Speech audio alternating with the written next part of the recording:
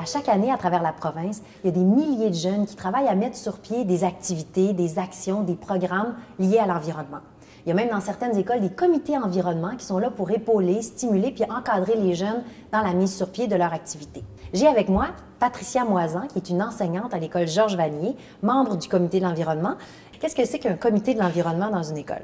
Je vais parler pour notre école à nous. Donc, le comité environnement de l'école Georges Vanier est là pour sensibiliser, conscientiser, informer les autres élèves de l'école aux gestes qu'on doit poser au quotidien pour améliorer son environnement. On a 25 jeunes qui sont actifs. Ils participent à toutes les réunions. En fait, c'est les élèves qui proposent les différents projets, puis on voit qu'est-ce qui est possible de réaliser parmi ces projets-là. Alors, quelles sont les activités qui ont été réalisées par l'école Georges Vanier? Il y en a plusieurs, de différents types. On fait venir des conférenciers, on a des ateliers interactifs. On participe au grand ramassage sur le terrain de l'école au printemps et à l'automne. Donc, on a fait également un colloque l'année dernière et on pense le refaire cette année. On va visiter des sites de triage. On va visiter une école qui nous inspire beaucoup à Laval. C'est quoi l'école qui vous inspire beaucoup? L'école d'éducation internationale de Laval. OK. Parce qu'eux, ils ont réussi à ramener la vaisselle lavable à l'école. Wow, bravo! Oui, donc nous, on avait la même idée il y a 3 ans, mais on va aller les voir pour voir comment c'est possible de le réaliser à l'intérieur de l'école. Hey, les étudiants, là, préparez-vous à laver de la vaisselle. OK. De quelle activité vous êtes le plus fier? Nous sommes fiers du colloque des Jours de la Terre. Donc, comment on procède, c'est que le Jour de la Terre débute ce que l'on appelle les Jours de la Terre à notre école. Autrement dit, pendant 3 jours, des élèves peuvent participer à des cours animés par d'autres élèves.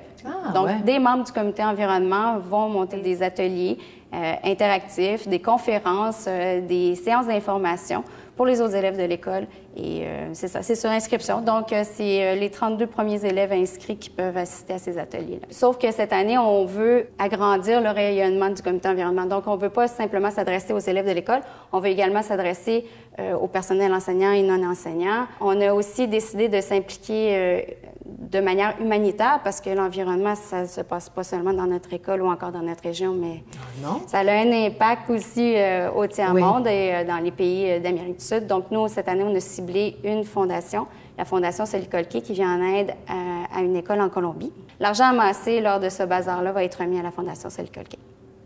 Puis, est-ce qu'il y a des journées vraiment, à part le jour de la Terre, là, vous parlez de rencontres le matin, le midi, tout ça, mais est-ce qu'il y a des fois des journées où on dit, bon, là, on donne un blitz, par exemple, ramasser les feuilles ou bon, je sais pas quoi, là, des grosses journées? Par exemple, au mois de novembre, on a ce qu'on appelle la semaine de l'efficacité énergétique. Donc, toutes les activités sont en lien avec cette thématique-là. On envoie les élèves sur les postes informatiques pour répondre à un questionnaire sur leur consommation. Ensuite, ce qu'on a fait l'année dernière, c'est qu'on a posé des collants sur les interrupteurs à l'école pour inciter les gens à éteindre la lumière lorsqu'ils sortent du local. Et on a un projet cette année, en fait, qu'on a débuté l'année dernière, mais on espère qu'il va être réalisé cette année. On a créé un fond d'écran incitatif pour que les ordinateurs soient éteints après usage. Et on espère que ce fond d'écran-là va être utilisé par toute la commission scolaire. Est-ce que c'est in d'être dans le comité de l'environnement pour les élèves? Est-ce que c'est populaire? Est-ce que c'est à la mode? Je sais pas, là, moi je suis vieille, puis mes enfants sont pas au secondaire. Donc, est-ce que c'est à la mode, ça, être au comité de l'environnement? Étant donné qu'ils partent d'écoles primaires dans lesquelles il y a déjà beaucoup de choses qui sont faites pour l'environnement, mais à ce moment-là, lorsqu'ils arrivent au secondaire, c'est inné. Ça fait partie de leur quotidien maintenant. Donc, ils ne sont pas gênés de faire des kiosques à la cafétéria pour sensibiliser les autres élèves. Ils ne sont pas gênés non plus de monter des PowerPoints qui vont être présentés dans les cours, d'aller rencontrer les élèves dans ce qu'on appelle, nous, des groupes conseils. Donc, à tous les matins, les élèves se regroupent avec un conseiller. Donc, ils ne sont pas gênés d'aller dans ces groupes-là pour parler, diffuser l'information, etc. Merci beaucoup, Patricia. Ça m'a fait plaisir. Très inspirant. Alors, si jamais à votre école, vous avez des activités, des actions, des programmes en lien avec l'environnement, allez sur le site Internet jourdelaterre.org, inscrivez votre activité au calendrier et grâce au concours Le Jour de la Terre à l'école, vous allez pouvoir gagner des prix.